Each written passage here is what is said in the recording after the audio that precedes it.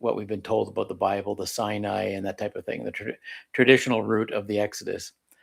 And in this video, I want to talk about really about the Sinai. Yes, I'll mention about where I think it might have gone, but really I want to talk about the impossibility, complete impossibility of the Sinai being the place. And I think if you look at these maps, there's different ones. I'll try to show two of them here, another one in a minute. But you can see they all have everybody leaving from this Ramses, and they've placed Ramses. They don't really know that that is Ramses, or that even Pithos and all those places. All the names you see on maps, most of them we don't really know, like putting Goshen there, that type of thing. It doesn't make a lot of sense, and I'll show it to you in a second here. But anyway, this is the route they have. Some of the maps, they have them going across the Gulf of Aqaba into where it says Midian, down at the bottom down here. And others, they have them coming up like this one, trekking around here for 40 years in this area. And this is what's called the Sinai Peninsula. And as you know, I've done a video on Midian, which I think was down south of Egypt, along the Gulf of Suez and further south. But anyway, in terms of the Sinai, let me see if I can go back here. So you do have the idea. Here's Israel up here, the Dead Sea, that kind of thing. Along the top where it says Mediterranean Sea, that's where they believe the Philistines were at the time. I don't believe that. I believe they were actually down south of Egypt as well. But anyway, so when you look at this map, you first have to say, okay, where did they cross the Red Sea? Or as you know, if you watch my videos, the Reed Sea. Of course, there's no reeds in the Gulf of Suez or the Gulf of Aqaba or the Red Sea anywhere. And so because the reeds grow in fresh water and not salt, and you'll see these little lakes that are up along the top here, just below Lower Egypt and in the Delta area. And yes, there were all kinds of lakes there, and which they do have papyrus and reeds in. But the problem with those, of course, is, and they showed even on this map, where did they cross? This map doesn't even show them crossing any miraculous crossing of the body of water. And so let me see if I can get us back to this other one here.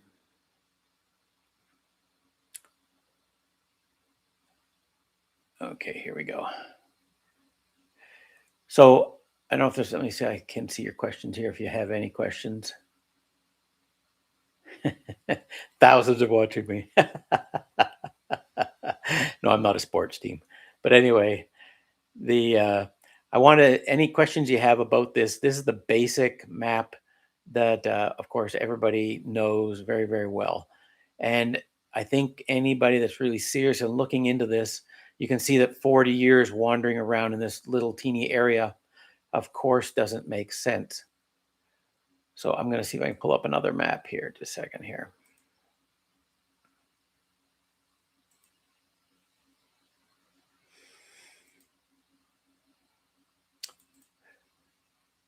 For this is just another page of, if you go look up Mount Sinai in Egypt, this is kind of the territory you're going to see. And you can see that on some of the maps, there is a monastery built there. And as I've mentioned before, this was picked out as a place for Mount Sinai in about 320 AD or 325 AD by the mother of the Constantine of Rome. But there is a little some monks live there and that kind of thing. And so you see a few trees there. That's because they do have, dug wells and that kind of thing. But if you look at the images there, you aren't going to see a lot of place for cattle to feed. So let me close this down here again. And I know all you guys have probably gone and looked at these kind of things yourself. But let me see if I can bring up this other one here.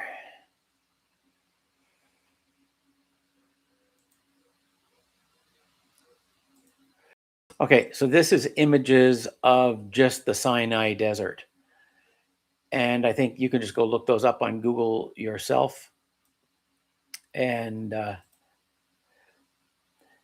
as you know, if you're looking at these images, there is not a lot of grass, right? There's no water. It is literally the driest places on Earth.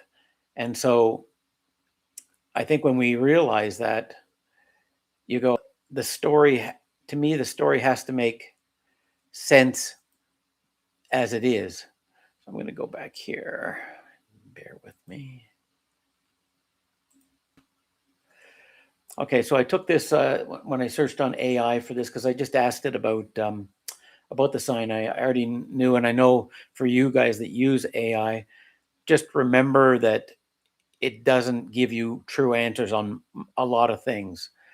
But yes, the information's in there, but you have to prompt it. You have to know it's a tool. It's not a genie in a bottle. It's a tool, and you can use it. But it says the Sinai's climate is officially BWH or BWK, hot desert, under this Köppen Geiger way of deciding how hot or dry a place is. Annual rainfall is so low that satellite climatology studies classify Sinai as one of the driest places on the planet.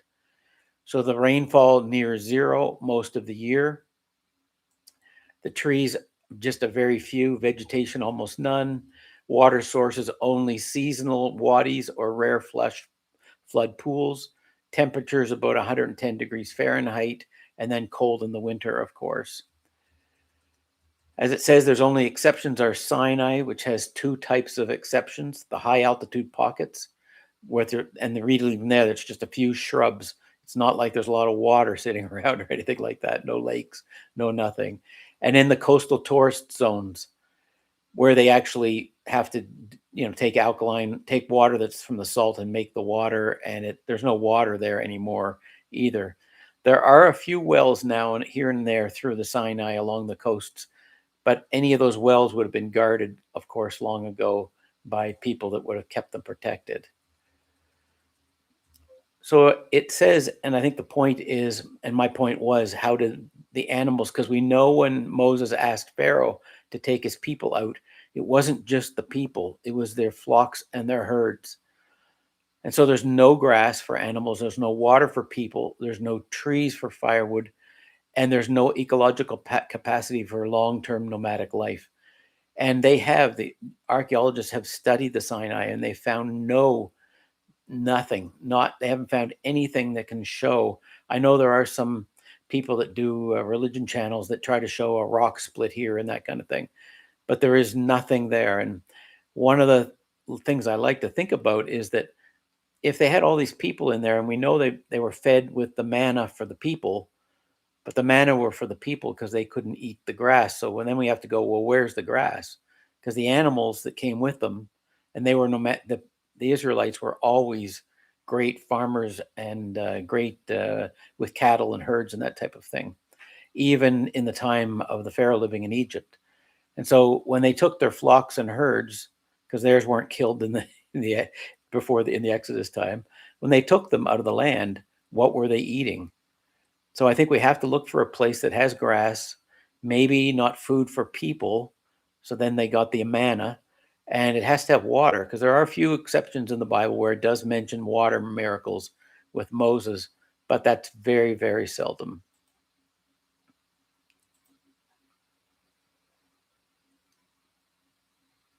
Let me see if there's anything here. And welcome to everybody. Algeria, excellent. Must be getting dark there. So if anybody has any questions, please let me know.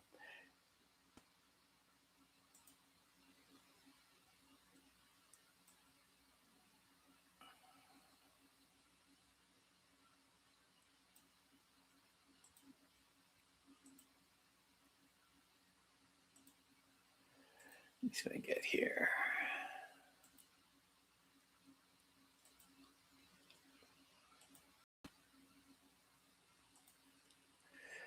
Okay, so I brought up this Africa map. It's an ancient map, or what do they call ancient? But most of the maps that we have are not really ancient. They're only 400, 500 years at the most old.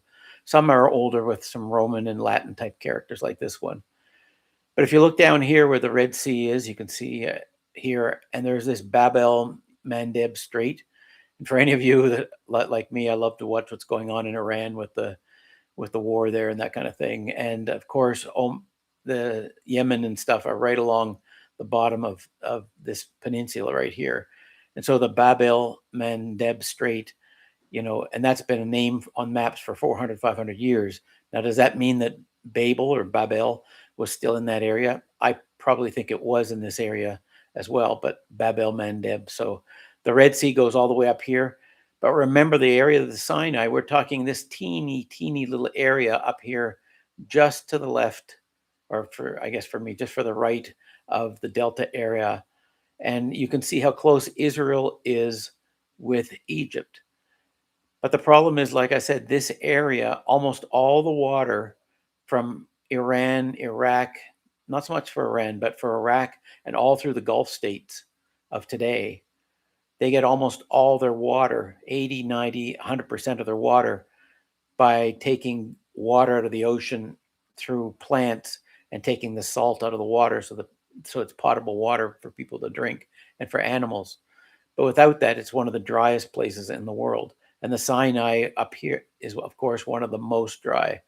The reason I love this map is because you can see there used to be a lake system here, they believe. And the ancient traders said there were, Lake Chad, which is dry now, and all through there. I want to show you a couple things towards the end of the Riplet. A couple of viewers have mentioned that, and some people think that this over here in the very West Africa area there's a really interesting structure there, a huge structure, and they believe that these waters used to flow that way, and possibly it was Atlantis. Who knows over there? But my point is that when Moses was here, living here, I did a video which you probably may have seen on Midian being down here, halfway down the Gulf, halfway down the Red Sea, I should say. And along that area is probably where when Moses escaped, because I know from these maps, and let me see if I can go back to that other one. Let's see if I can go back here. I want to show you a map of, I think it's important.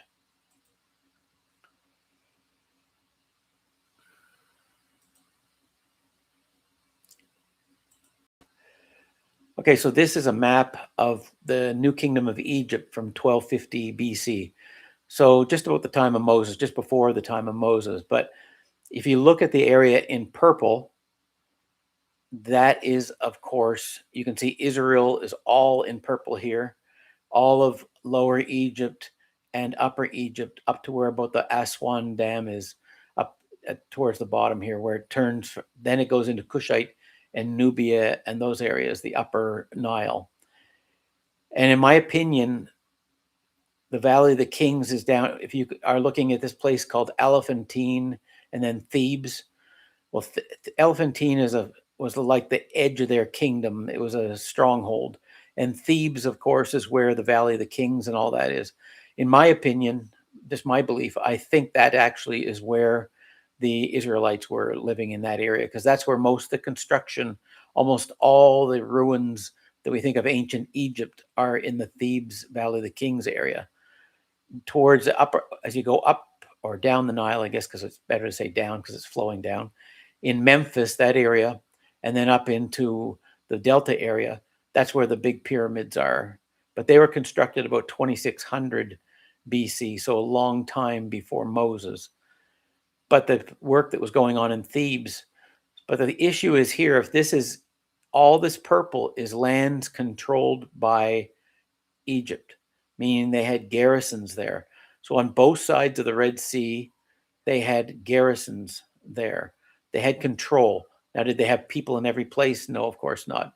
But the reason they color it purple is the trade route went from the Nile Delta all the way up towards Greece and Turkey up at the top of the map. So Israel, what we call Israel today, or Levant, or the Palestine, and where they show Jerusalem, that was the trade route of Egypt. So if you think that King David and Solomon were living here in Jerusalem with a 1.5 million man army, and Egypt was right here, and this is their trade route, you can start to see some of the issues. Because we know, of course, that Egypt does not record King David or King Solomon, yet they're supposed to be living like 150, 200 miles away. But the issue, I bring this up so that you understand that along both sides of the Red Sea, but of course, mainly on the side where the Egypt proper was, but they had trade routes for spices and that type of thing. So for Egypt, for Moses to take his people into the Sinai where there's no water and it's really still part of Egyptian land, I find a hard thing to understand. So now I want to bring up another little map here I had for you.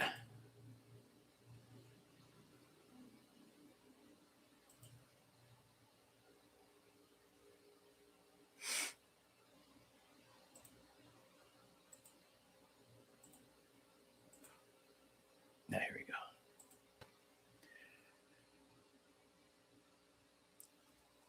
Okay, so for this is a map, a recent map, but it shows where the ruins are in Egypt. It's pretty small. I hope you can still see it. But up in the Delta area here, or down in the Delta area, you can see there's almost nothing. There's just really just ruins of some things from 1,000, 2,000 years ago. Nothing from the time of Moses. You do have right at the very start of the Delta, as the Nile comes into the Delta area, you do have, of course, the big Giza pyramids, the main pyramids. But if you look at all these other arrows, you can see that they're all pointing towards the upper Nile. You can see there's a dam, that blue area of the River Nile, of course, today is because of the Aswan Dam, but it was just the Nile River, of course, back then. But you can see all along this green, that was where the people were living. And you can also see that likely if they were made into servitude or whatever they were doing for the Egyptians, in my opinion, it's much more likely that they were living right in this area, the Valley of the Kings, Thebes area, than living further down. So when you look at maps, and I've mentioned this on my videos, when you look at maps, just realize that any names, even the Nile, whether it's the Gihon or other names, remember names on maps are only nice things to have. They're not proof really of anything. It's like if you look at New York City, that doesn't prove that 1,000 years ago that was New York City, because it was named after a place in Holland, I believe. Or Lake Victoria in Africa, it didn't have that name 500 years ago. So just when we look at these names, I hope you realize we have to take everything with a grain of salt. So, and put many things together. And for all my viewers from South Africa and all over Africa, I was going to do a video on the African places for Jerusalem, but I didn't have time to get it ready. But this one I did, so I substituted this in. So I hope you're okay with that. And I'll try to do the other one next week, because there were 7 places in Africa that people are adamant. Every viewer is adamant that it's in this place, whether it's Ethiopia or Kenya or South Africa or Namibia or in West Africa or in the Congo or wherever. And so we have to go, okay, names are great, but we have to come up with all the evidence we can have to try to find something. Let me see if I have any questions from any of you, if I can move on. Oh, the chariot wheels in the Red Sea. Just remember, in order to keep the narrative, I think every person has to decide for themselves what they believe. But for me, to find chariot wheels, even if there was a chariot wheel in the Red Sea and they'd actually found 1 or 2 or 5, that doesn't prove that those chariot wheels, how they even got in there or when they got in there, or it doesn't prove the Exodus, right? And as you see with some of these maps, and I'll bring one up again, they aren't even sure where they crossed, much less was it the Red Sea or the Gulf of Aqaba, because now they're saying, oh no, it wasn't the Red Sea that we call the Red Sea, where we can see along this map, this piece. They're saying, no, they crossed this piece right about here. But then I go, like, from my mind, I go like, that doesn't make sense. Why would they need to cross if they could just go up further up and go around this way instead of crossing that way? Or if they did cross this way, why wouldn't Pharaoh and his armies go up and around and come down and get them on this side? So I think when we're looking at these things, we have to look at logic and do realize these are sensitive issues for a lot of people. And for me, I mean, I used to believe, of course, that Jerusalem was Jerusalem and those places were those places. But as I started looking at the things, I'm going like, that doesn't make sense at all. And then I realized, yeah, okay. So if we find a wheel in the ocean or a broken rock, those things don't prove anything. Even finding Dead Sea Scrolls on the very day or the very year that Israel was founded doesn't prove that those Dead Sea Scrolls aren't frauds, and maybe they're real. And if they are real, or some of them are real, where did they actually originate? Were they taken out of Africa and brought there and brought out to show that here's the foundation of our nation? I don't know. It's something you'd have to sort out yourself. But for me, one of the huge, maybe not huge, it's not a real word, but one of the main issues is the Egyptians kept fantastic records. They did of everything, of their trade, of everything with nations around them, that kind of thing. But they don't mention King David and Solomon with 1.5 million men 150 miles or 200 miles away from them. They don't mention any trades. They don't mention anything. For 1,000 years, there's no mention in the records. So in my mind, when Moses said, you won't see the Egyptians anymore, I think he meant you're going where Egypt, there's going to be other countries between, or other lands between you and Egypt. And then the next person asked, what about the idea of America being the land of Egypt? And I am going to do, I promise I'll do a video on that because it is fascinating. I, for one, believe the Phoenicians were traveling a lot further than we think. I also think that the Romans were traveling a lot further around Africa than we think as well. Because if they had ships could go across to Britain, for what? There was nothing over there. I don't know why they went over there in the first place, but anyway, but they conquered up Gaul and they conquered up into Europe. Why weren't they in Africa? You know, there's something that doesn't, at least for me, doesn't sit right. And I did that video on Aristeas that went and visited in Judea 250 years before Christ. And he talked about it being in a mountainous place and about the size, about, I guess he would almost be the size of the whole Nile Delta area, all the way up through Israel, because it was 93,000 square miles, and Israel today is only like 8,000 square miles. So whatever Judea was, and I made the point in that video that Kenya is about 2.5 to 3 times the size of what Aristeas said. So if you look at Kenya, cut it by half, and that might be the size of the kingdom of Israel, at least at the time when the Greek Aristeas was there.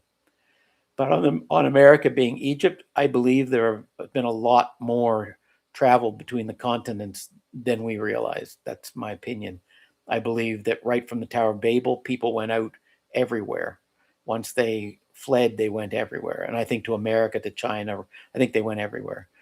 But I also think lost tribes were there. And in my video I will do on this is you can read, and there's old books where the first explorers, what they met, and some people, even William Penn, who lived among the native people, he said he was sure they were Israelites because of the customs they were practicing. So how much was going on between the countries in America and Egypt? But do I think that America's Egypt? I do not. Do I think that Egyptian peoples or things got to America? Absolutely. I have no problem with that.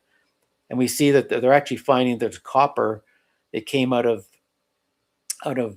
Michigan that they're finding in Europe, right? So somebody was mining huge mines of copper in America and shipping it around the world to different places, right? So there's all kinds of stuff that we just don't know. And thank you for, sir, I've been listening. Great, thank you. America is the new Egypt. Yes, I do believe that. It's the symbolic Egypt. Okay. I've looked at videos on the Grand Canyon and all that, but I find I don't even have a problem. I believe that I was just watching Curameo today on I think it's Las Lunas stone where they have engravings of Paleo Hebrew. Yes, I do believe there are things in America, huge amount of things, but I don't believe that the Egypt of Egypt was in America. I believe that there were people from the Tower of Babel, which is really Egypt, or Nubia and Kush area, that went to America. I do believe that. But do I believe that Egypt was actually in America? No, I don't believe that. Have you heard of the walls of Axum? Yes, I have. Someone asked me that, and I did look them up. And I'm wondering about a kingdom with wall. If you're wondering about a kingdom with walls, I looked it up and I can't remember. I'm sorry to have to go back and look that one up again. The Dead Sea Scrolls were brought by an Israeli from an African Bedouin shepherd. Yeah, that's what they say. And maybe they did. I don't know. I just don't know. I have to tell you, for those that are watching, I came at this whole thing being a Gentile, or at least my family. I came at this not thinking, I think a lot of you are coming at it from trying to find your heritage. For me, I came at it through looking at a lot of rabbit holes about occult and that kind of thing, which led me to believe, once I saw what was going on in Israel, then I had to question the whole of Israel and Rome and all that stuff. And then once I started doing that, then I realized the animals were African. And then I'm going like, and that's when it really, and I did a video on Jesus being African and that kind of thing. But then it starts to open up, but I'm still only learning like you are. And it's just a matter of plodding along, trying to, because once I realized, for me, once I realized that if Moses went left into the Sahara instead of right into the Sinai Peninsula, then I'm going, if he's in Africa, that means Assyria has to be in Africa. That means Babylon has to be in Africa. That means the Medes are most likely in Africa, or Media. And so you have to start looking at those things. And if we believe the Bible, which I do believe the Bible to be very accurate, I'm more accurate on the Old Testament, believing it's accurate, versus say the New Testament, which I think has some issues. But let's see what else we got here for questions from people. I asked why were the Israelites complaining about not having meat if they had cattle. I don't think they ever said that. Yeah, they did say about the meat. They complained about that. But I think they may not have been killing. They may have wanted to keep their cattle. I don't know. But it doesn't say they didn't have milk. They could have had milk. I assume they did. They had water. I believe they had water all the time, except in a few instances. Did the cattle die, or at least most of them? That's a good question. I really believe, if you look at that up on your own, I'll try to show a little bit here in a minute, but they really do believe that the Sahara was green at that time, and there were lakes and rivers in that area, but it wasn't strong enough. It was drying up and drying up. And I actually believe that's one of the reasons that a lot of North Africans were pushed down towards West Africa. And that's why the Fulani, and there was a lot of problems with people mixing, because I do believe, and I watched a video with Throwback, and he showed the images in the desert in Mali of giraffes and carved on the walls. So at some point in time, the Sahara did have at least grasslands like some parts of Africa, but maybe not enough food to feed men that were on the move for the men. But for the cattle, I do believe they had them with them. And did they all die off? I don't know. But if they went into the Sinai, they would have all been dead in a day or two. That's all. I'll put it that way. It says, I know my heritage. I'm an Israelite, Igbo descent of slaves from North Carolina. Perfect. Great. Thank you. Because one of the things I talk about in my videos, as you know, is that the Deuteronomy 28 to me is more important than the DNA into showing who someone is. Because if your family passed through it can definitely be termed Deuteronomy 28. And if you find yourself in the Carolinas, that's probably what happened. But even I'm going to be starting doing some videos on Americas, because it's fascinating, because slaves were taken from the Carolinas to the Caribbean, right? Or the Caribbean. They were taken, people were moving all over the place. There's even slaves from the Carolinas that went over to Liberia, and they took slaves back to Africa. I mean, and they brought slaves from Brazil to the Caribbean. Like it's a real mishmash of what was going on in those days. So, if you're in the Carolinas, you have a very interesting story to try to figure out. Now, if you were Igbo living in Nigeria, then it'd be a lot more stable. Figuring out your ancestry would be a lot easier. But yeah, thanks for sharing that about being an Israelite. What are your opinion on the Oromos, Ethiopians, and the Somalis, and who do you think they are? Herodotus said Somalis were Israelite name. Yeah, that's a fascinating thing. I did a video on the Omo River. My opinion that is really one of the top prospects for the Jordan River, because of Lake Turkana, which is a salt sea. It's not salt as Dead Sea as the Dead Sea, but it's still a salt sea. It's called an alkaline sea. And so the Omo River is large enough for all the miracles that happened. And that whole valley is large enough to have had the tribes go and live there. Now, I did say in my last video that would I go back to an area and expect to find the whole place settled with Israelites? I wouldn't, because we know that Rome, I mean, they had lots of times the lost tribes were lost. And even in Jesus' day, they were still lost tribes. They didn't know where they were. So now, does that mean they were out of Africa? I have no idea. Maybe they're beyond the ice wall in our flat Earth. I have no idea where they are. I don't. Could they be living mixed in with other peoples? Could they be in the Americas? For sure, some of them, easily.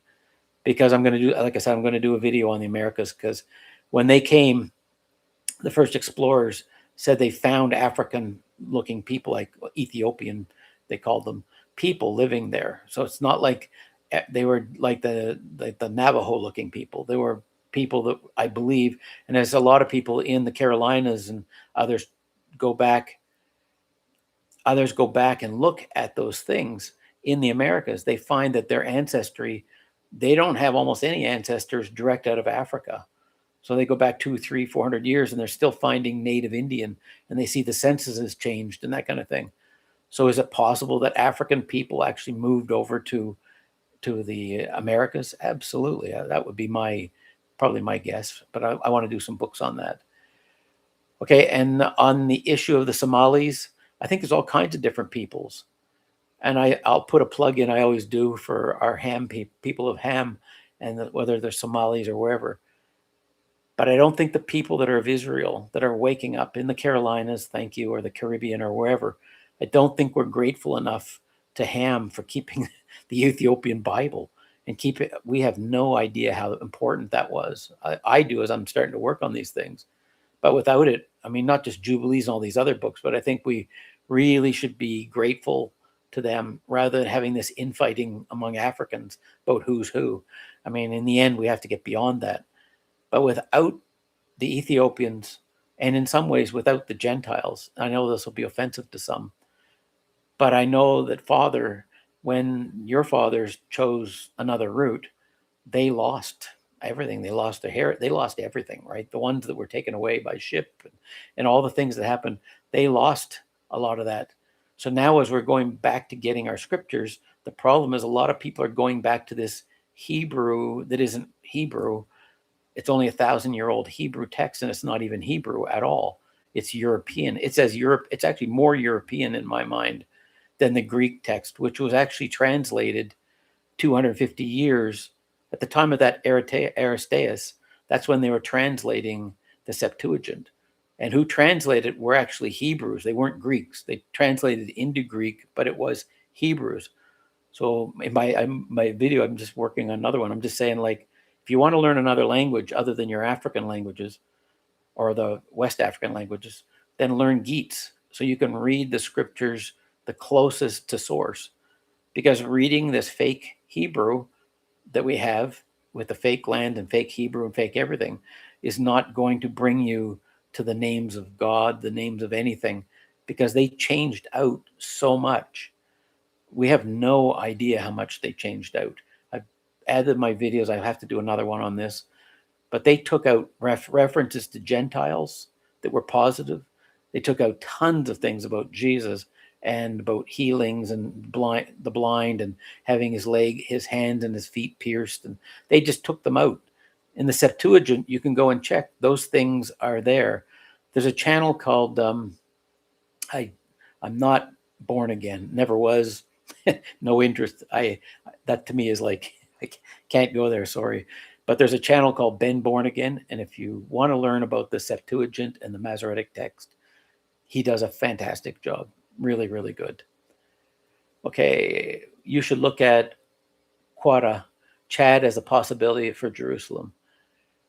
Yeah, there's so many possibilities for Jerusalem. That's fascinating, right? It's like, but I do believe we have to look at all the pieces. And I promise next week I'll try to do that, okay, and go over all the pieces that I can get that we can look at Jerusalem, because it has to have mountains for sure, on a mountain and be surrounded by mountains.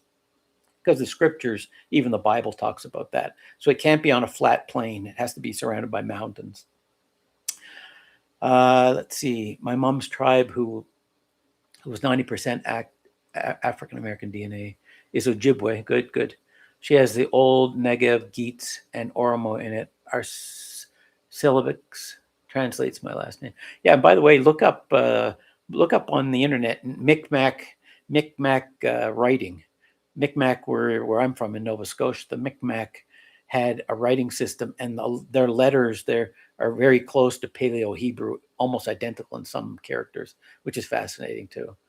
The origin of the Maasai, 1925, explains the Maasai and related to East African people, descendant of ancient Israelites connecting the migration. Yeah, exactly.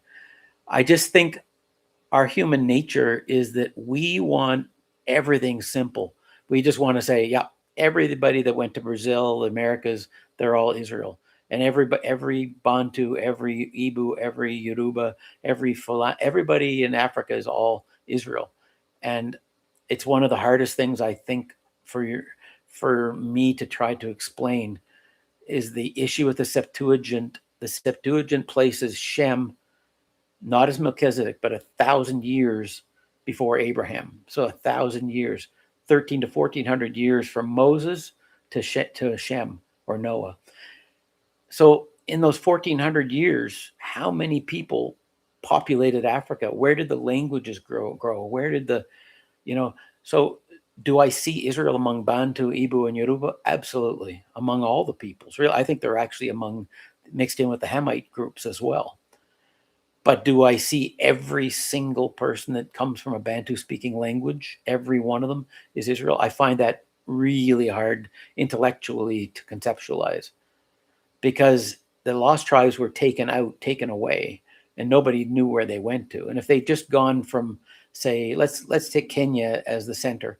If they'd been in Kenya and they were taken over to Mali, or they were taken here or taken there, they would have known where they went to. I mean, they would have still been fairly close. I don't believe they were taken and made Europeans, by the way. I know some Europeans think that, but no, I don't think so. But did they end up going here, going there, going to the Americas? I don't know. But to think that they were lost to me means they were probably lost. But do I also believe that every one of the lost tribes peoples left Africa? Absolutely not. I believe some were left as the Samaritans were, mixed groups, mixed peoples.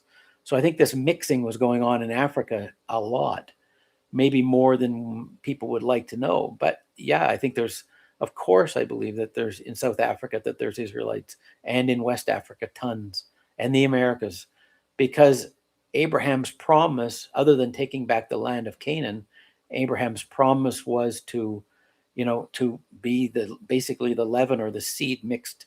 His seed would be great and throughout the whole earth. And in my opinion, like for the 144,000 to go out and for the people to be out there, they have to have been out there. They have. If I thought that all of Israel, let's say I'm going to say let's say the Ibu people. I'm going to say the Ibu people are the only ones that are Israel in all of Africa, and they've been living there for 3,000, 4,000 years, and that's Israel. Well, then how are they out among everybody else? Or if it was the Bantu, or if it was the Yoruba, right, or other peoples? I think with Abraham's seed, I think they were scattered to the wind, which would make sense because when I see my African American friends that are in the Americas or from the Caribbean, they have people in their lineage from all three different groups plus other groups, and one of them has his mother was European and his father is African. I mean, there's all kinds of stuff going on there. Lost tribes not being lost. Jesus came for the lost sheep of the house of Israel. Yes, he did, and he spent his time in Galilee. Yeah, okay. And yeah, but remember the woman at the well, she said she was not welcome among the Jews. So the Jews did not look at her, or the tribe of Judah did not look at her as being part of them, of being welcome in with them. Whereas Benjamin and Levi were living among Judah at the time, or parts of them anyway. And they didn't have that problem. But this woman from Samaria was looked down upon. And so, yes, do I think she had Israelite blood? I do. But did the people accept her? Absolutely not. But when it says that Jesus came, and he said that himself, he came only at the time, he came only to fulfill the promise to Abraham, to the lost sheep of Israel. But he said, I have other sheep to go and visit. And where were they? I mean, who knows? Did he go to China? Did he go to Russia? Did he go off the map? I don't know where these people are, right? I think it's something for us to try to figure out. And she said, yes, she said, our father Jacob, exactly. But remember, she was not, what I'm saying is, she was not accepted of Judah. She said so herself. I can't go to Jerusalem to the temple. I'm not accepted there.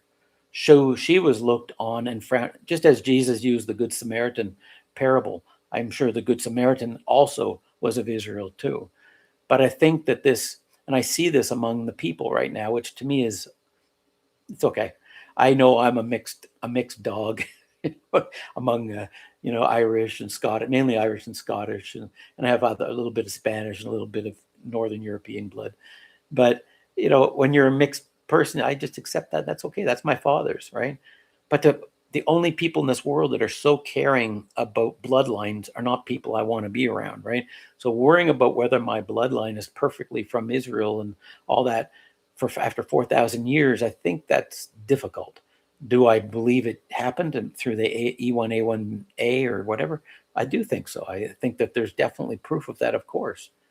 But my point when I made the video on the DNA is that the DNA, if it did start with Shem, Noah, Shem, or the Tower of Babel time, well, Abraham's 1,000 years later. So the tribes of Israel are a small offshoot of all of Shem. So let's say this is all of Shem and this is Israel, this little mic here. But Shem is the whole window, right? So E1B1A can be all of Shem, which would include all the Yoruba, all the Ibu, Esau too, and Moab, and all Ishmael, all the peoples that came out of the lineage of Shem were the E1B1A, I believe, and the B being more on the northern Africa, the Hamite areas. But there's no proof of that. That's just what would make sort of try to fit things in, I think, logically.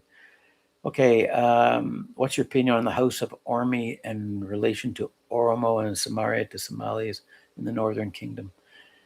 Yeah, like I said, I think the main thing is for us to be kind, because if Israel really was sent out to America, which all my believers isn't the right way, not mine, but all the believers in the Bible that are believing that they are of Israel, that are in the Americas, whether they call themselves, now a lot of them are starting to call themselves Native Americans and Indians rather than African American, because they can't trace their roots to Africa. They trace their roots to indigenous tribes within the US. And yet they still look very much like the African people, and they still have lineage in their blood lineage that goes to Africa. So it's very confusing. And like I said, the place that's the most confusing right, is the Caribbean, because people were coming in from, Bantu were going to Brazil, and also people from Spain that were Jewish people from Spain. They were, the conversos were going to Brazil, and then they were going from Brazil to the Caribbean, and then they're going from they're being moved all over the place. And so there's all this mixing of all these peoples. But like I said, I think I was saying, maybe I got a point, was that if I went back and let's say the Omo River Valley area, let's say that was the area where Israel first settled when they came down from Egypt, and maybe they went all the way to South Africa at some point. But wherever they were, I don't think you'd find many of their relatives. And if there were, they'd be like the woman at the well. They'd be mixed people. They'd be mixed in. Because when the Romans took out Jerusalem, it says there wasn't even a rock or a stone left upon another in the whole of the city, not just the temple. Like, it was wiped out and the land was depopulated and they sent them away. And so that, in a sense, would mean that, now, do I believe that 100% of the people were taken away? No, I don't. Hey, Bartoon, thank you. I think that some of the people were taken away, absolutely, but not all of them. Let's say 5% stayed. They hid up in the mountains, or they stayed off, or they had their herds, and who knows. But I think what we forget, and it's so easy to forget, is around Israel, there was Moab and Ammon and Philistines and, Jebusites and tons of other peoples living around Israel just in their day. That's almost 3,000 years ago when they came into the land. And so where did all those people go? So if everybody in all of Africa is 100% Israel, then where did everybody else go? And so I think just doesn't mean that we aren't, not me because I'm not, but let's say you aren't 100% of Israel. Let's say you're 10% or 20% or 30%. It doesn't really matter. And I try to hope people can see, me being probably from Japheth, I hope that people that see that they're from Shem, even if let's say your ancestor was Melchizedek, and you weren't of Abraham. But Melchizedek was greater than Abraham, at least at the time. He was where Abraham went to learn and to grow. After Abraham left his wicked family, he learned from Melchizedek. And so if I was Melchizedek's son and I had my lineage and they're living in Africa, I'd want them to look to my father Melchizedek and not pretend that they were from Abraham. I think finding our roots means finding our true roots. Which place is spiritual Egypt? Well, that's an easy one. Babylon and Egypt, yeah. Because there is a spiritual, of course there is, right? The people aren't going to go back in ships to the old Egypt, right? Or being taken in ships to the old Egypt. Egypt is also the prophets. And I just did a video, by the way. It's been doing just okay. But every time I do a video that's on a religious kind of thing about the prophets or Jesus, that they don't get as many views. When I do one that's on Shem or things like that, then they get a lot of views. And I think that's because everybody's trying to find their heritage. But if you get a chance, look at that, because I think you might find that interesting. But if you want to understand the book of Revelations, you need to understand Isaiah, Jeremiah, Ezekiel. And if you want to understand yourselves as a people, the prophets are way more valuable to you by far, like by 98% over the New Testament. The New Testament's fantastic for Jesus's or Ishu's message, okay, to us. And the rest of it you can use as you see fit. But the Old Testament, and not even so much the Torah for our day, although the Torah is interesting, and I could do that in another video, but the prophets, if we want to know what's the people talk about the second Exodus, I'm doing a video right now on that. But on the second Exodus, well, then you have to understand the first Exodus, and then you have to use types and symbols, which is how the ancient prophets, the Israelites, spoke. So when Isaiah is talking about, or Jeremiah, let's say, talking about Babylon, or as in Revelation, as you just said, that doesn't mean he's talking about the Babylon of 4,000 years ago or 3,000 years ago. They're talking about a symbol. So Egypt was the greatest powerhouse nation that we're all, as we know, if you've watched Turlback and all of other people that do videos on Egypt, the knowledge of the world came out of Africa, right? And I did a video on Dieppe, and he said that, and I believe that yeah. So Greeks took your information, your math, and great, that's fine. But at the same time, if you want to find your own ancestors, we have to be open-minded and not be like this. I have to be 100% Israel. Well, even Israel wasn't 100% Israel, right? But Judah married, Ephraim and Manasseh were half and half from Ham, not by the birthright, not by through the male lineage, but in terms of his people, right? If they did a genetic study, if you went to Joseph in Egypt and his kids did a genetic DNA test today, it would show half were from this way and half were that way, right? And so we are, all of us, to some degree mixed, but where the blessings flow through, yes, I do believe it flows through the male lineage, right? Okay, which place? Okay, we talked about that, about Egypt. If you have any other questions, please ask. How can Egypt be a proper noun when it is more places than one? I'm only giving you my thoughts. When they talk, when Isaiah, my opinion is this: Isaiah would not be with us today. If he had spoken in the way that Jesus spoke or Ishu spoke plainly, we wouldn't even have Isaiah. It would have been altered, just as the Pharisees altered the Old Testament, the Hebrew Old Testament, our Bibles, our Old Testaments are 100% altered, completely altered, right? If you want to use the Geats or the translations from the Ethiopian Bible, that's the real Old Testament, because you can track what they quoted in the New Testament to what's in the Septuagint, and it's not in the Masoretic, which means they took it out because they didn't like this new Christianity or way movement that happened after Jesus. So how can Egypt be a proper noun? All I'm saying is that mountains, what's a mountain? Well, a mountain to Isaiah, in my opinion, is a large country, and a hill is a small country, and waters can be a large group of people. And Assyria is a nation that took the lost tribes. But in the last days, an Assyrian nation or group of nations can be the nations that conquer Babylon. So, but understanding, in the video I just did, I talked about this, that Jesus and his apostles, they never read the book of Revelations. They didn't even have it. That didn't even come in.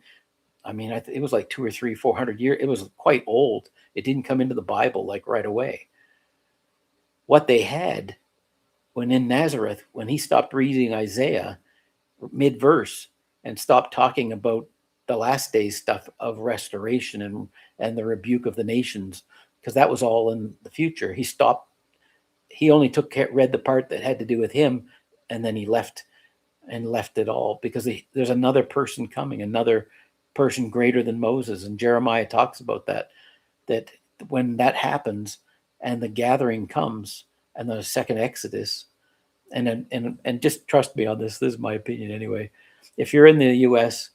and you want to move to Africa, go for it. But that isn't the second Exodus. It's not. It's not. I don't believe it's us moving here and there. Right? There's going to be incredible events. It's so great that Jeremiah said people won't even talk anymore about the days of Moses, because it's going to be so much bigger and greater. Let me see. I think that's it about that. Let me see. I had a couple other things I just wanted to go over with you. Let me see here.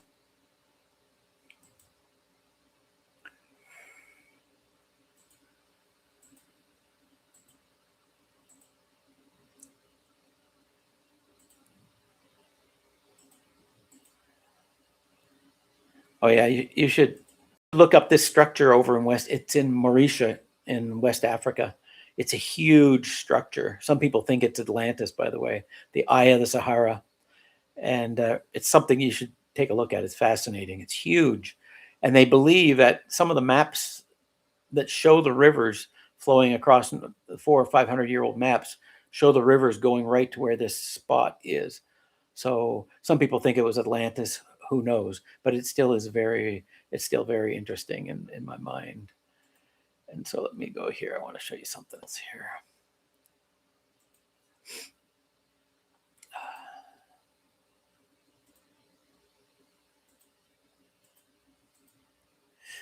Okay, and I'll just share that. So this is where that Rishat structure is. Egypt, of course, is over here.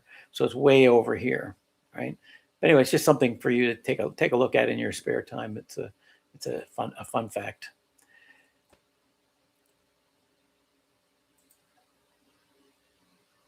And there's something else I wanted to show you. Yeah, let's bring this map. Okay, so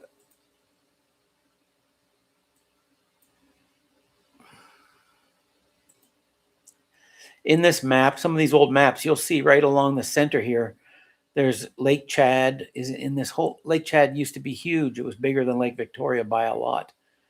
And when did it dry up? Who knows? But the Sahara was green, this whole area through here. And there was a river system.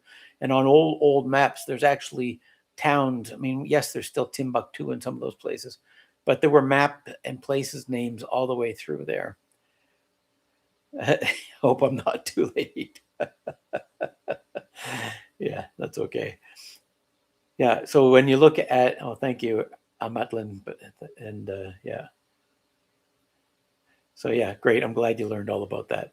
So I want to go back to the Green Sahara and the see if I can bring this up here.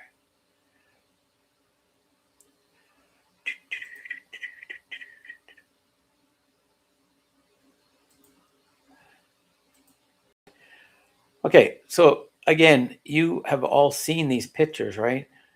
It's incredible that we don't look with our eyes and go, if Pharaoh said they could take their cattle with them and their sheep and their herds and their flocks. Okay, so what exactly, not only what were they drinking, the people, because they got manna from heaven, but what were the animals? What were the animals doing during this time? What were they looking at and eating? Because they don't think they were eating the manna. So let me go down here again. There was another thing I wanted to show you here. Maybe it was this map. Oh yeah, here we are. Yeah, you can see the lakes better on this map, right? Okay, and the river system that went through that they believed was running through there. Nowadays, the Niger River runs, I think it's the Niger River runs through some from Guinea and through this area here. But they believed back in the time that there was river systems running through all of the Sahara area.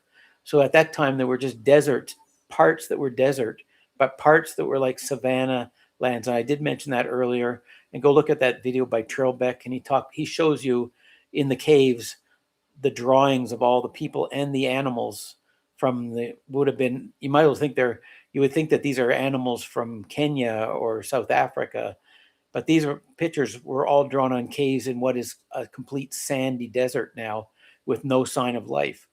So yes, I do believe there were people living up in this area, sparsely populated maybe, but I think as the Sahara dried out over time, it forced tremendous troubles. Even I think the slave troubles in Africa, where Africans definitely were selling Africans to the terrible Europeans and the fake ones and all that. They were picking people up along the coasts. But if this was drying out, the Sahara was drying out up here, it was forcing people down south. In my video I did on this, on the 400 years, there were definitely, when the popes made their dictates and stuff, there were groups in here that were forcing Jews to convert or leave. So they were leaving, and where were they going? I think they probably were fleeing out of the land where they were going to be, the Inquisition and all that, and fled south.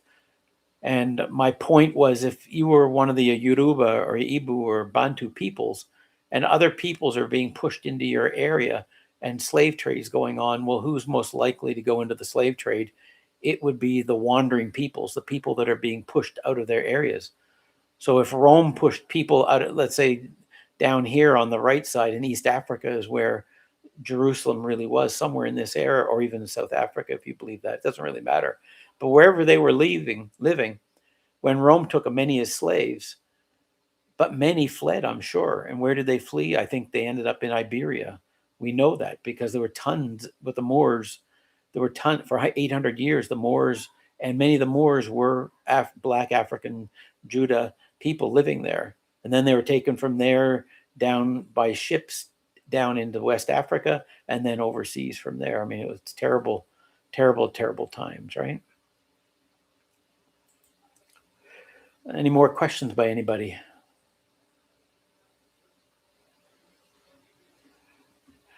My opinion on it being more salt in the Midwest states than the entire continent of Africa. I'm not exactly sure on the question. More salt in the Midwest. Are you talking of the American states? I don't. There's salt wherever there's drying. Water's dry. It tends to make salt. So there's actually people. I didn't know this until I looked it up. So I'm not blaming anyone. I did not realize. But if you go all the way from up in, like, I think it's Lake Tana area in Ethiopia, which is where some of my viewers think Jerusalem was. There's Dead Seas all the way through there, then all the way Lake Turkana, all the way down, all the way to South Africa. There are Dead Seas, salt marshes, salt plains, salt here, salt there, because the whole East Africa Rift Valley area is full of of areas where there's water and it dries up. So Lake Turkana is the largest in the world, I believe, or largest in Africa, but I think it's the largest salt body internal, at least in Africa. But anyway, it's salt because there's no outlet to the lake. Even Lake Turkana, there's no outlet. So whatever water comes in and it brings in, salinity, it can't exit. So the lake becomes more saline over time. But yes, Salt Lake in Canada, or sorry, Salt Lake in the US, Salt Lake in that area, they have salt lakes and salt pans there as well. And I know I have lots of viewers, tons of viewers that think that Nevada is Egypt and all that kind of stuff. And I'm just going like, there's actual ruins in Africa. Now, have we dug up almost any ruins in Africa? No, they destroyed them. They destroyed Benin and the walls. They were brutal, as you guys know that are watching in Africa. What they did to the ruins, because they didn't want the African people to be the top people. They wanted them to be the bottom and to take their lands and steal everything. So they couldn't have any sign that they were the brightest of people. They had to make them like they were just, they had nothing. There was no ruins, no nothing. And you can go back and look, there's actual arguments where they actually argue that Benin and Great Zimbabwe and Maro, that these structures were built by people from up north that moved into Africa and built them and then left, right? They can't have it be that it was Africans that built things in Africa. And I did a video, as you know, on I'm sorry, I just lost his name. But anyway, the Egyptologist, anyway, someone else to put it in the comments here. But when he was talking, he spent his whole life doing Egyptology, showing that the pharaohs were African, black African pharaohs, and his whole life, and they barely accepted his work. Even now, most people don't believe that.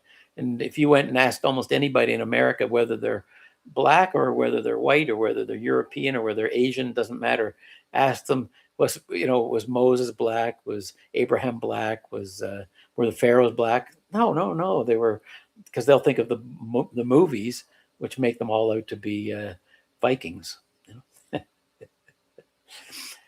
Are the salt of the earth, but if the salt has lost its savor, wherewith shall it be salted? Is henceforth good for nothing, to be cast out. Okay, that's true, right? But I do think when the Savior, who did he come for? He came for Israel, right? Yes, in the end, it was to go to the Gentiles, right? They were to be the light, which is what Isaiah said. They were to be the light. And the Pharisees took out scriptures. I'll show them. I'll try to put them in the notes after this video. But they actually changed scriptures, made them Moab instead of Gentiles, because they couldn't have it be that the Gentiles have anything, right?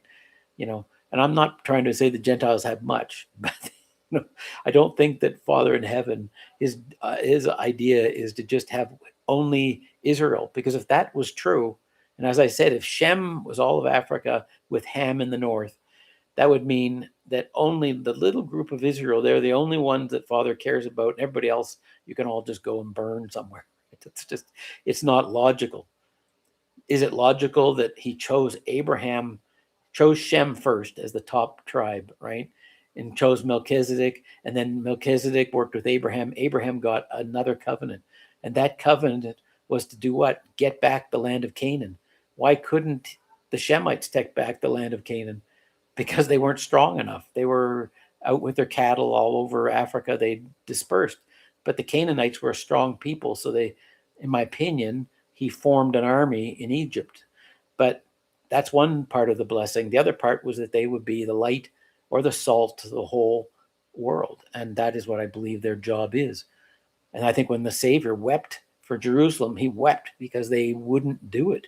They wanted to cast him off a cliff for mentioning that, yeah, some Gentiles would be blessed or were blessed, right? They couldn't deal with that. They wanted it to be all about them. I see it as all about you rising to be the 144,000, then you blessing the whole world and bringing the light, the salt to the rest of the world, to be the leaven among everybody, not to be the judge of everybody, to put everybody else down. Many are going to be gone. Most are going to be gone. But I do believe it's going to be nation fighting nation. It's not that Israel has to go out and do things against people. No, I think that our job, or not mine, but your job, is to be righteous, to be like Moses, strong but meek, like the Savior, strong but meek. When the Savior was talking to the woman at the well, that was Heavenly Father. He wasn't Heavenly Father, as you know, I believe. But who sent him there? Jesus said that his words and his actions and his miracles came from the Father. So really, it might as well have been the Father sitting there talking to the woman at the well. But the people in Judah, they wouldn't accept him well enough that he couldn't, as he said, a prophet is not accepted among his own people. So among his own people, he would not be accepted at all. They rejected him, tried to throw him off a cliff.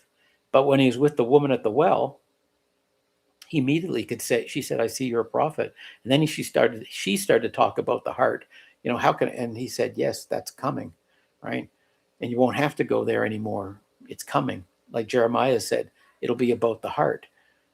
And then he says, which he never said to Nicodemus, definitely not to the Pharisees, definitely not to anyone else, and really not even to his own apostles at that time. he said directly, I am the Messiah who speaks to you.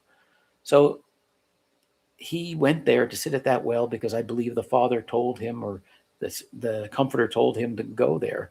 And he did whatever he was told, and that's why he was connected. And I believe the same thing about the 144,000.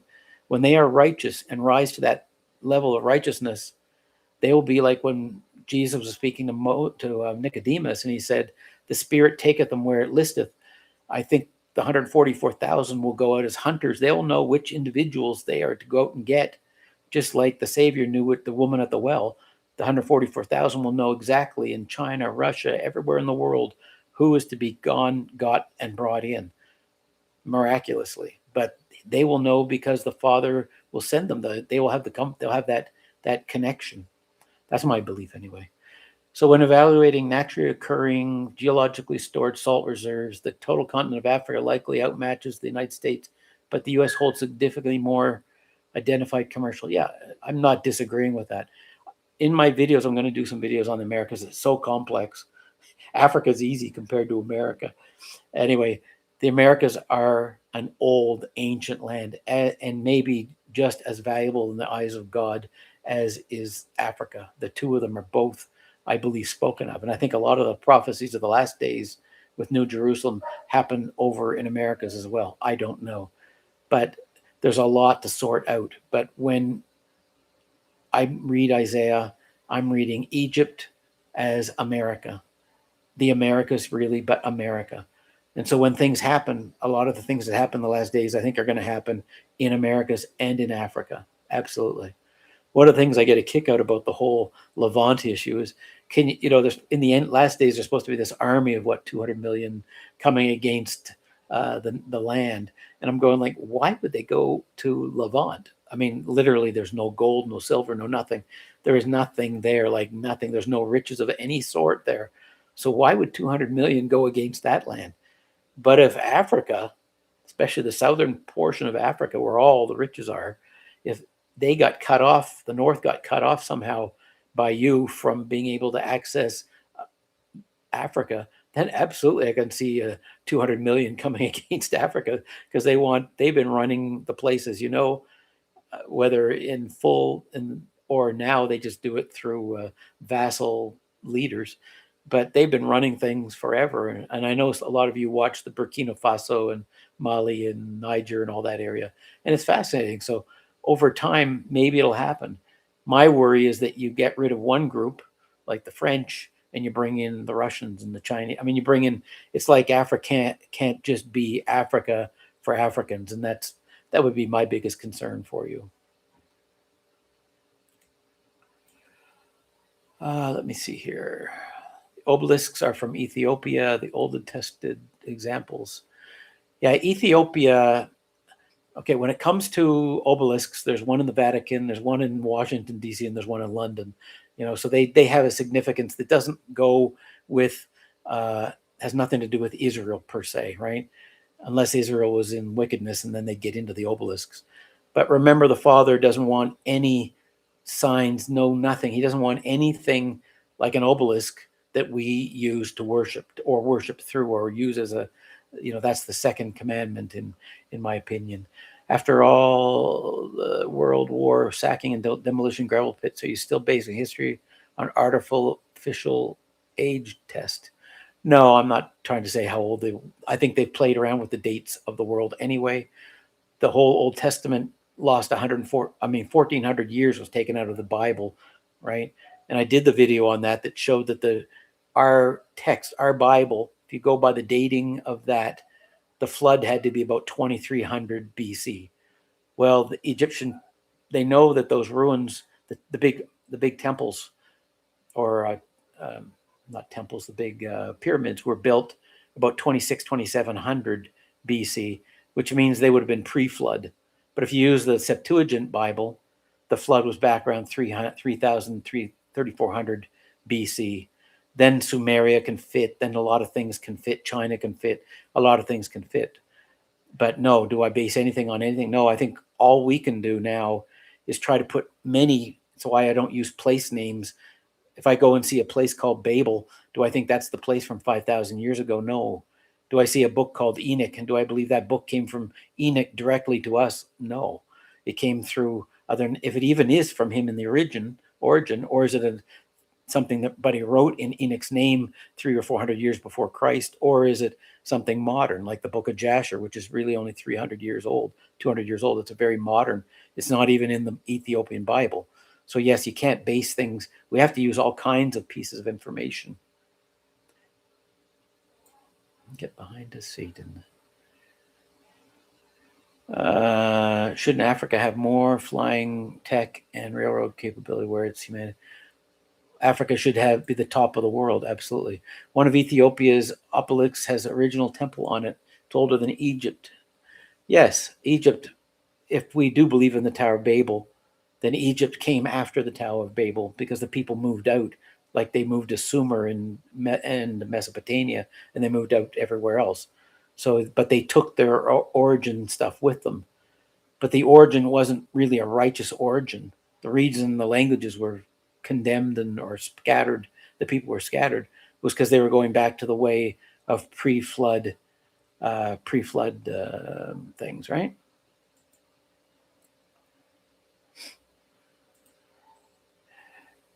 Okay, Yeha, Ethiopia. Yes, people love Yeha.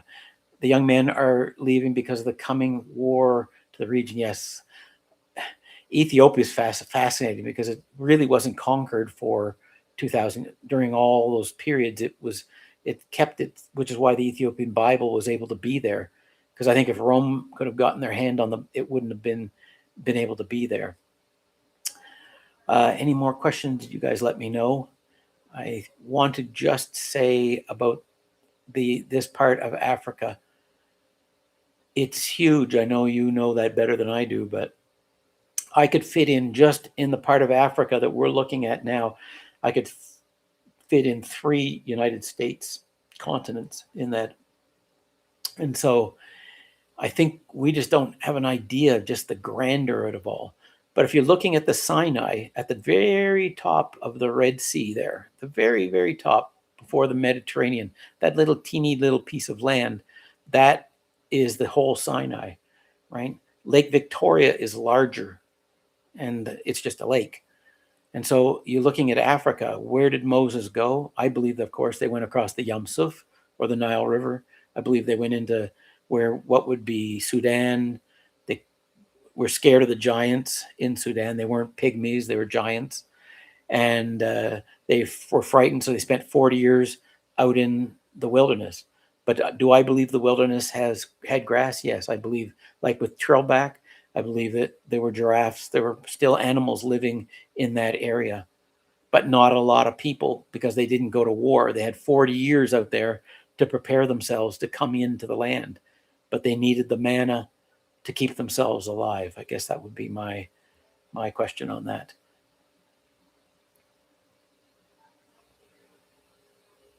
When Jacob and them built altars, I don't think they were building pillars like the Osiris type, Egyptian type pillars. That would be my guess. Now, I could be wrong, but those are occult, right? The pillars, the reason they're in the Vatican in Washington, D.C., with its Masonic setup, or in London, which is the ruling banking place, they have obelisks. They use those things, and it's not a part of that I get into very much. But I think you have to be aware, in a sense, of who your enemy is. Be aware of things are hidden for a reason, right? People know who the people in Africa are. I didn't because I wasn't part of the club. I wasn't in that group that run the whole place out of Switzerland and out of Europe. But they know absolutely. Do I believe? I 100% believe the people that run our world know who the tribes are, who the people are. Absolutely. What's this here? Okay, after would be putting together broken piece of destruction. Not sure. Things are, yes, absolutely. They are hidden because they have the power. Remember who came to Ishu or Jesus or Jesus or whatever you want to call it. It was that guy, and he's real. And he came and he said, "Get behind me. I'm not taking your." But how many men They don't say get behind me. They say, where do I sign up? so, so yes, they of course they rule. They ruled in Jesus' time too, right? Absolutely. Who do you think the Pharisees were? Also in Santo Domingo and Buenos Aires. Yes, everywhere. They rule the whole world. Everywhere. Everywhere. Absolutely. They know a lot more. Some people make comments all the time about in the Vatican archives. I'm going, absolutely. Do you don't think they knew where Jerusalem was? Of course they knew where it was. I was thinking today just about that book of or the letter of Aristeas. So he left. That was when the Greeks controlled that land, wherever Jerusalem was. The Greeks were in there, right? So he went down there and he commented about how Jerusalem functioned and the high priests and all that kind of stuff. But even then, at that time, there were Greeks down in that area. So when Rome came in, they just took over from the Greeks, right? So, this was going on. I don't believe they ever really got their land back, even after Babylon. Yes, they got to go back to their land, but did they truly get back all their freedom with Maccabees and all that kind of stuff? They had a struggle. They didn't ever, I think, get back to that. So, this obelisks in these Western cities were taken from Ethiopia. Yes, that's right. They were taken from Egypt and Axum and that. Absolutely, I agree with that. But still, that's why they love. I'll go into this. That's why they love Egypt, and that's why they wanted all the Egyptian pharaohs to be white guys or Vikings, because they want the occult stuff that's there, because it's completely tied in. The Trinity is an Egyptian thing, right? It was a Nimrod thing. It was a Babylonian thing. The Trinity's been going on. It's in Greece. It's in all the societies. It's a Trinity, right? And so it's nothing changes. As he said, I think it's nothing new under the sun, right? So yes, they took the obelisks. One's in Rome, as I said, and there's others, London, and they built one, the Washington Monument, right? Uh, and in India, yeah, there's actually obelisks in a lot of places, right? And actually, India is fascinating because there are actually, people from Africa that are one of the tribes. There's people in India that are still living, and we're still living the laws of the Mosaic law and that kind of stuff. So, and they were up in Afghanistan and then up into China. I mean, there's who knows, Japan, I think probably at one point in time. We just have no idea how far the dispersion really went. But when people get dispersed, they lose things. They forget, they change things. Because if you think people came out from the Tower of Babel in Africa, let's say there's 2,000 or 3,000 different languages. I think in Bantu there's 5, 6, someone correct me, languages. But did all those Bantu speaking languages, did they all come from one? Yeah, I think they all at one time came from one.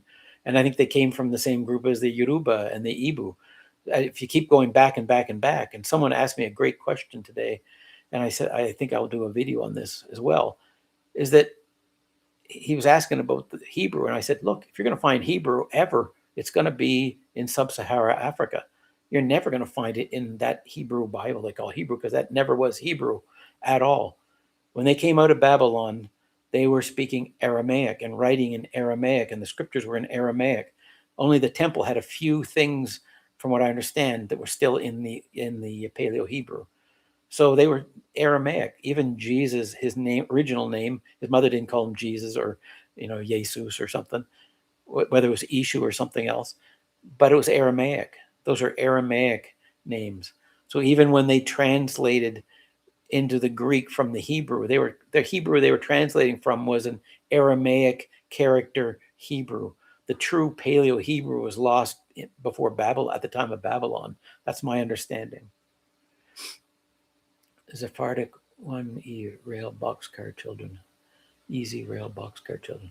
I don't. Sorry, the Great Prussian. I don't follow your comment. But just realize the greatness of Shem had to be kept down, right?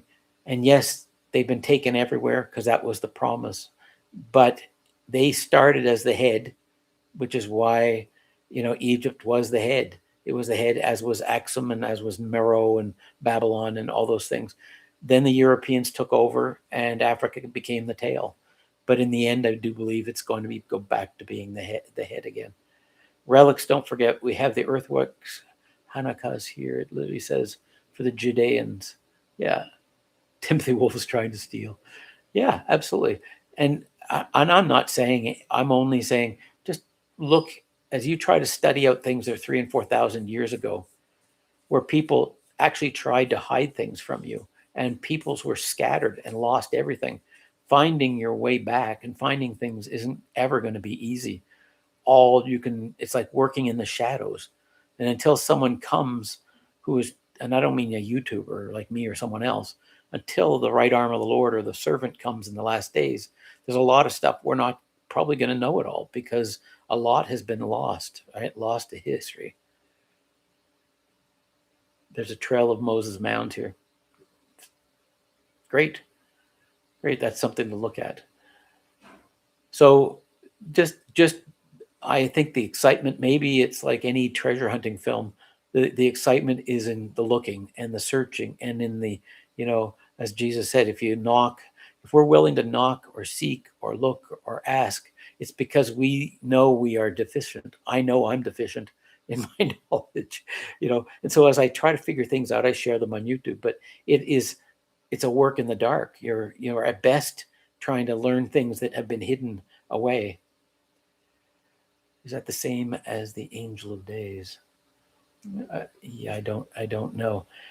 For me, in my house, I like to keep everything super simple. That's why I just use the Gospels. I don't really care about James and Paul. I don't mind that we can read those things. They're great. I don't even care about the virgin birth. I'm not even sure I believe in that part of it. I think that might have been added in. But when I look at the Beatitudes and I look at the Sermon on the Mount, I can feel that those things are from Father. They aren't from the snake, right? There's a lot of other things like gold is good and worship the gold. Well, I don't know that that's from the Father. But when I see things, I think we only can go by what we feel. When I read a Gnostic text, I know immediately that it's Gnostic. It just hits me. It's just like bang, bang, bang, bang. I can feel like, yeah, okay, I know where you're coming from. It's a whole other religion. And so when we're trying to figure out the truth, me as a Gentile or you as Africans or African Americans or wherever you're from, all we can do is try to keep an open mind and try to look at all the facts. And I will do next week. I'm going to come back and do a video on where Jerusalem it might be and look at some things in detail there. But again, as you're thinking about it this week, think about that. How can there be 7 different Jerusalems in 7 completely different parts of Africa? It's not possible. There was really only one Jerusalem. There possibly was a second one made, by the way, in Egypt, where a disgruntled priest left Jerusalem and made his own Jerusalem, right? But that was destroyed by the Romans too, I believe. But if there was one Jerusalem, the real place that David and Solomon was, it wasn't in Namibia and also in Ethiopia and also in Kenya and also over in West Africa. That's just not possible. It's not. So we have to use our logic and be willing to look at all the details. And will we ever get, without digging in the ground, which I don't imagine the British and others are going to allow to happen, are we ever going to get through to the bottom? I'm not sure. Is it possible that Africa is a land filled with conspiracy theorists, bug outs, and defectors of the ages? I think Africa has been filled with people that want the yellow stuff and the money and the riches. The richest, really probably the richest continent on earth. Russia is a very rich place too, as is America's. But I think Africa definitely is there. And I think a lot of people ask me about the Romans, right? And the Greeks, how come, and for me, with my logic, the way I like to think is I go, how come the Romans went all the way up to Britain and crossed the ocean, the sea, the canal with boats, of course, with ships? How come they went there and they didn't venture all the way around Africa? They knew Africa, the size of Africa. They had the Phoenicians, they had trading outposts down Africa. So why with that has all the gold and all the riches and everything there and the gems, why didn't they go there? But they spent all their time going up into Gaul, into the forests of Germany. And you have to go, for me, I'm going, it doesn't make sense. Now, can I prove yet that where Rome went? I have no idea. But I do believe that when Rome decided, yeah, we're going to be Christian, they made a land, the Levant, to be their new Hollywood, the place to go visit. We should zero on the most secret, absolutely. The places with the most European influence, which is one of the reasons when people say South Africa, I go, yeah, or Kenya, yeah, because that's where they that's where the British, and they were one first bets on everything where they went, right? Yes, the French went placed Germans, the Belgians, but wherever the British went, that I would agree with that. Put a wherever the British are, take a look there. That would be a good idea, because I believe the British absolutely knew. They were already spread too thin like the US is today. Yeah, they I mean, anyway, the whole British Empire. I mean, my grandfather, great grandfather was in India. My grandmother was born in India. They lived there for 25 years during that time when Britain, because I was Canadian, but Britain was over there. So yeah, I mean, they controlled pretty much around the whole earth until the U.S. took over for them. But now the U.S. can't control anything anymore either, and they're showing to be a paper tiger. And if you think about Egypt, someone mentioned that, yeah, Egypt symbolically, well, U.S. is that now. Everybody thought that Egypt was this huge, strong nation, which is why Jerusalem and the Assyrians and also the Judeans, the Judah, in the time of Babylon, they thought they'd make alliances with Egypt because they were the powerhouse nation. But in the end, it didn't work out at all. So it's going to be the same thing in the last days, right? Because everything's the same. It's just a shadow, right? So Egypt, America, they have control the whole world and it's falling apart. They can't control anything at all. They've lost the Iran. They've lost the Strait. They've lost, and in the end, they'll be out as well because they can't control it. And and I do believe that Father in heaven has works with the failings of man. He makes it happen what he wants to happen in the shadows. We don't see it, but things happen in certain ways. Man does his best to destroy things, right? Yeah, like Atlantis and Babylon before Egypt, right? Yeah. There's so much we don't know, so much, about the North Pole, about the South Pole. You're not even allowed to go anywhere close. You can't take by ship, by plane, by any way can you go anywhere close to the South Pole or the North.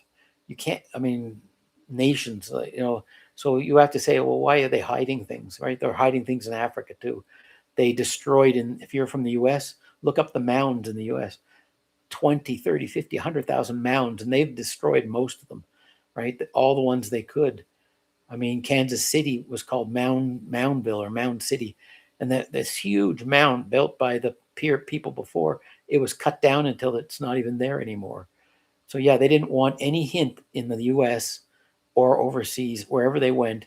They didn't want any hint that there was a culture there that was advanced because they wanted the land. So they had to make the people to be diminished so they could then steal their land.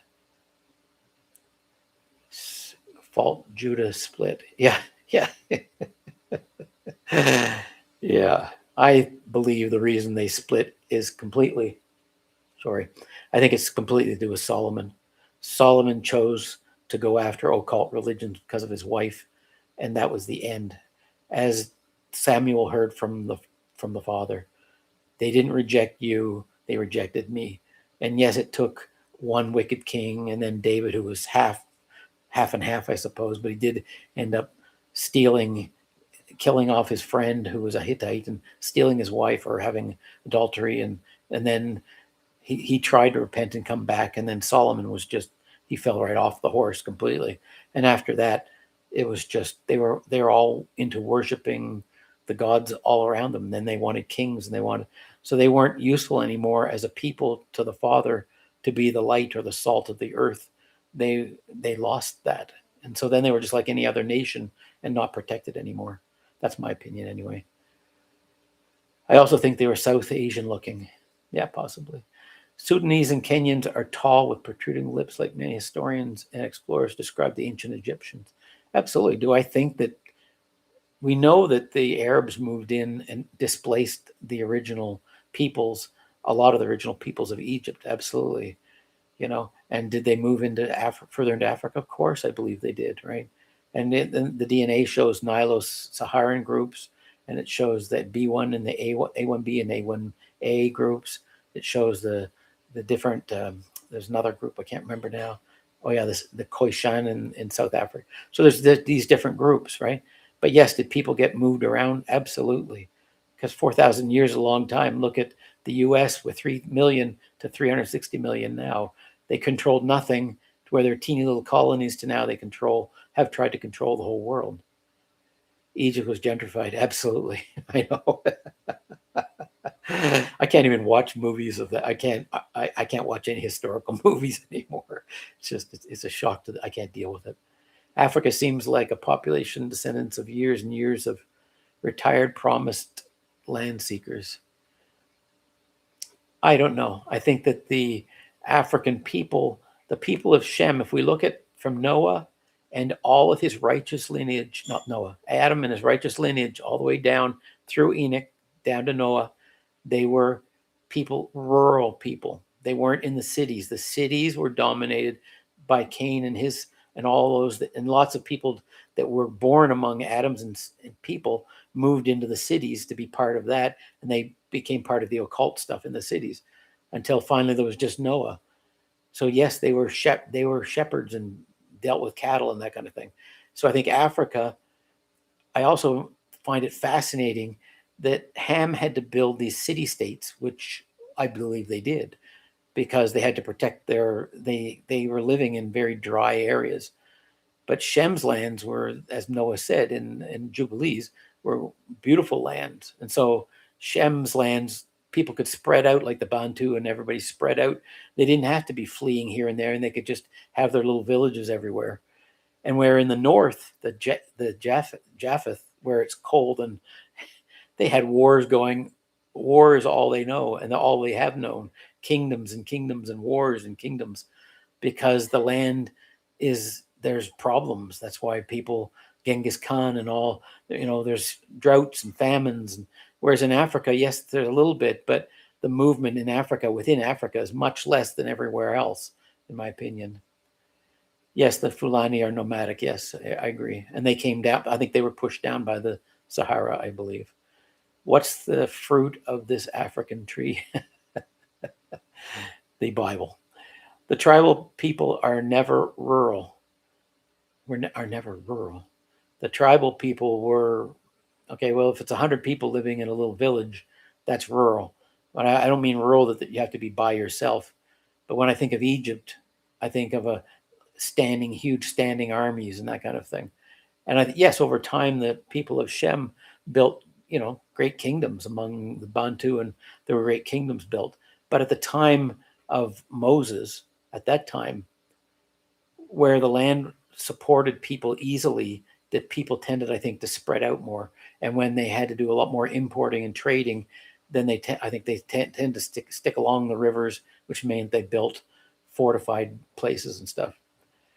What is the last African fruit that you have eaten? Olive. That's a good one.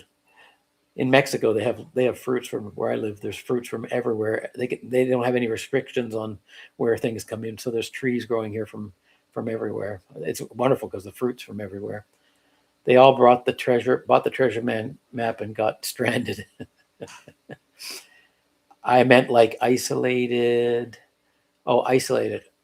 Oh, I don't think in Africa they were so much isolated in that sense, but if there was land and people were on a land, they might be on the same land for 500 years. But, as they grew, if we look at even Abraham's day, they were spreading out over the continent, I believe, from the time of the Tower of Babel. They went, in my opinion, they skipped over the best land because that had been stolen by Canaan, and they went over to West Africa area, and then the Bantu spread down. The Yoruba and Igbo, from what I understand, only spread within the little geographical, much smaller area, and the Bantu went more down into South Africa and over towards Kenya. But these populations, they didn't go, okay, you got a timer on for 1 minute and you got to be there. No, I think they just generally, as people grew and there wasn't enough room for people, they moved to other places and other places. And were there wars? Of course, in the end, there were wars, but I think it took a long time to spread out.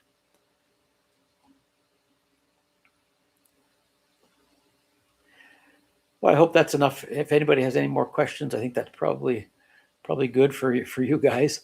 I appreciate all those that have watched and have been enjoying this. It's my first time doing one. I'm going to try to get the software that you have to buy so I can do it better and have the easier to manage the maps and pictures and that type of thing. But anyway, do all the studying you can, do all the learning you can, and seek and ye shall find. I think that's about where we are. Listen to every podcaster you can, listen to some. And if you don't agree with them and they're saying things that are false, just like you correct people correct me all the time, because of my anyway. But if you're listening to people that are African doing African channels and they're telling you that the people, the pygmies, are the Canaanites, please correct them, right? Please stand up for the truth, not just with me, but with everybody, right? There's no point in pushing falsehoods. They didn't come down, Moses and the people out of Egypt, where they'd been in armies and around great armies, come down to the Sudan area or wherever, run into these people, and they were all little pygmies, and they were all fearful and ran away. Like that, I think we have to use our head, right? But please correct everybody. Correct me if I'm doing something, and people do, and I appreciate it. I have no problem. All the information you guys give, I read every comment. I try to, right? And that's how I learn too. So thanks for all of you, and thanks. Have a good day. Take care. We'll see you the next time. Take care. Bye bye.